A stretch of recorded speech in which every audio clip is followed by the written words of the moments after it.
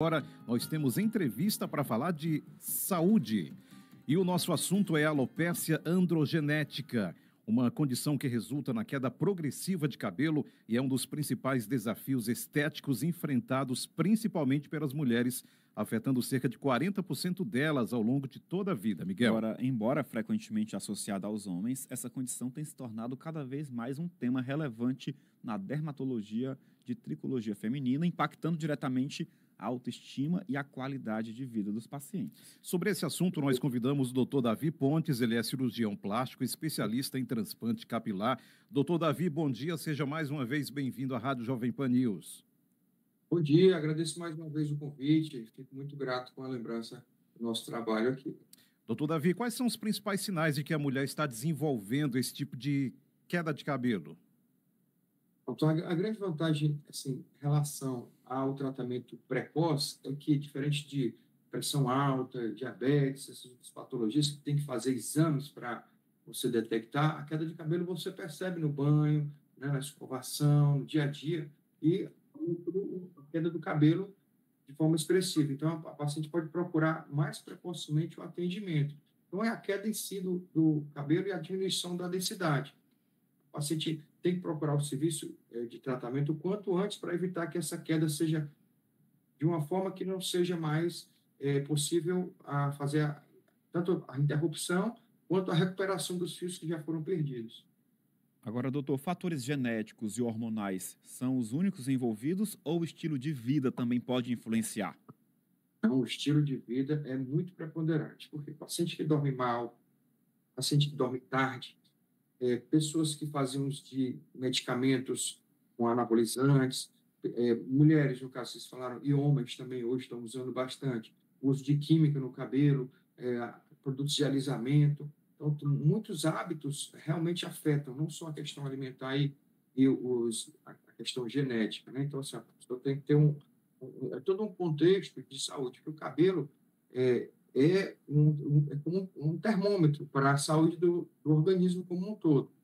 Tem os fatores locais que afetam o cabelo e tem os fatores orgânicos do sistema do corpo todo.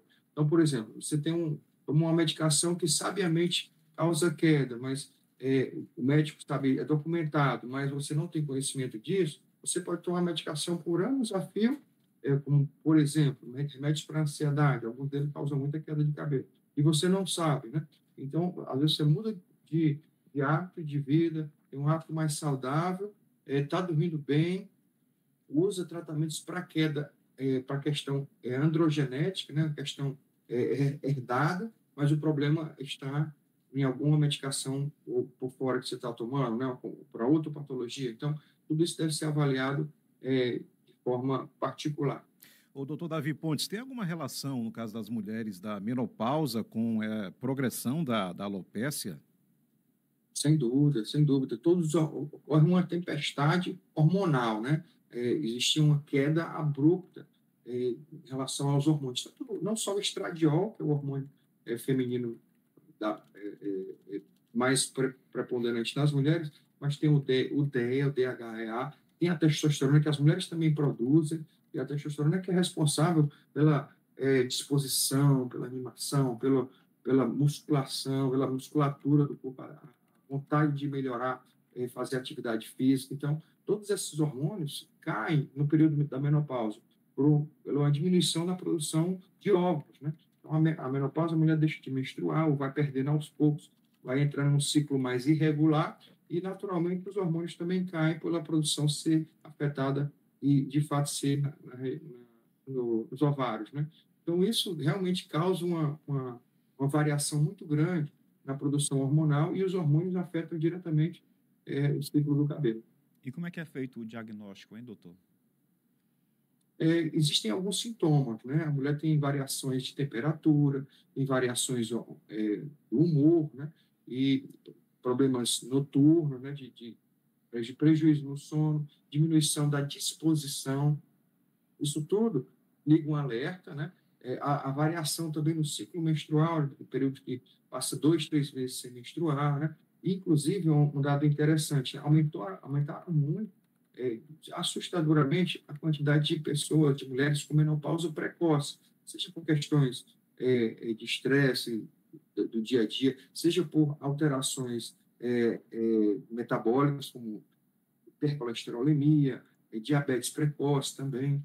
Isso tudo faz com que a menopausa, que antigamente era de 40, 45, 50 anos, algumas mulheres até 55 anos, seja presente com 35 anos, né? A partir dos 35 anos. Então, isso também liga um alerta, e porque aumenta também a queda de cabelo nesse período. E também não podemos negar um fator que as mulheres estão usando cada dia mais androgênios, né? Que são substâncias que mimetizam o hormônio masculino. Isso também acelera um pouco a atrofia dos óvulos femininos e traz para um período que não é esperado a menopausa precoce. Doutor Davi Pontes, vou pegar aqui uma pergunta de um ouvinte que é bem mais geral. Ele faz uma pergunta que é a seguinte: quem fez micropigmentação prejudica num possível transplante capilar? É prejudicial de alguma forma ou não? Então, o problema, na verdade, ela pode ajudar no resultado final. A questão é que muita gente confunde a micropigmentação com a tatuagem, certo? A micropigmentação é um procedimento que dura de 2 a 4 anos.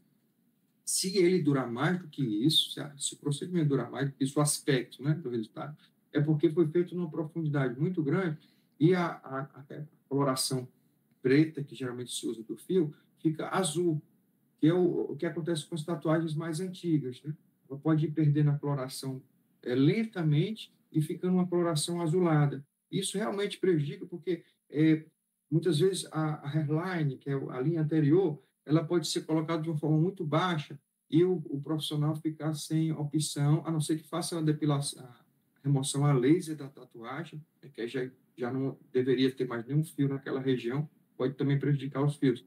E nós não podemos avaliar com o paciente o local exato de iniciar o transplante capilar. Seria mais nesse aspecto. Doutor, tem muita gente que recorre ao tratamento medicamentoso, né? Usando aí, por exemplo, o minoxidil.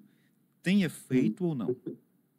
Tem. O minoxidil, ele é responsável pelo espessamento do fio, né? Muitas vezes as pessoas acham que o minoxidil vai fazer crescer o cabelo. Ele pode acelerar o crescimento, mas ele não interrompe a queda propriamente dita.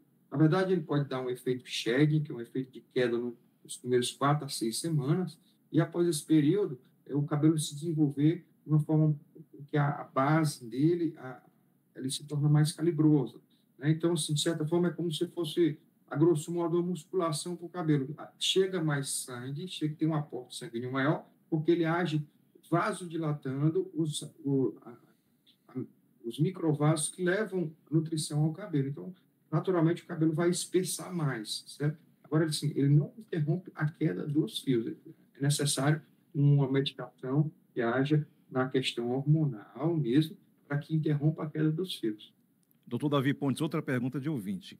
O transplante capilar em mulheres tem a mesma eficácia que em homens? Sim, sem dúvida nenhuma, sem dúvida nenhuma. Lembrando sempre, pessoal, que é importante o pós, muita gente fala do transplante, da técnica cirúrgica, do procedimento cirúrgico, mas muito importante o pós-operatório. Por que eu estou falando isso? Muitos homens fazem reposição hormonais mais agressivas, então acaba que o resultado pode ser comprometido. As mulheres já não usam tanto a reposição hormonal. Por isso que o transplante capilar feminino muitas vezes pode ser até mais duradouro que os homens, porque os hormônios que afetam o cabelo de forma mais agressiva, eles são mais presentes na população masculina, que é a testosterona e o DHT. O DHT, principalmente, o dihidrotestosterona, que tem mais receptores na raiz do cabelo, que podem induzir uma miniaturização dos fios, né? Na mulher, esse hormônio não é muito presente, né? Então, por isso que eu falei anteriormente que mulheres que fazem reposição hormonal podem ter também uma queda maior de cabelos, certo? Doutor Davi Pontes, cirurgião plástico, especialista em transplante capilar, muito obrigado pela gentileza de atender o nosso convite para falar sobre esse assunto e fique sempre à disposição aqui da Jovem Pan News. Muito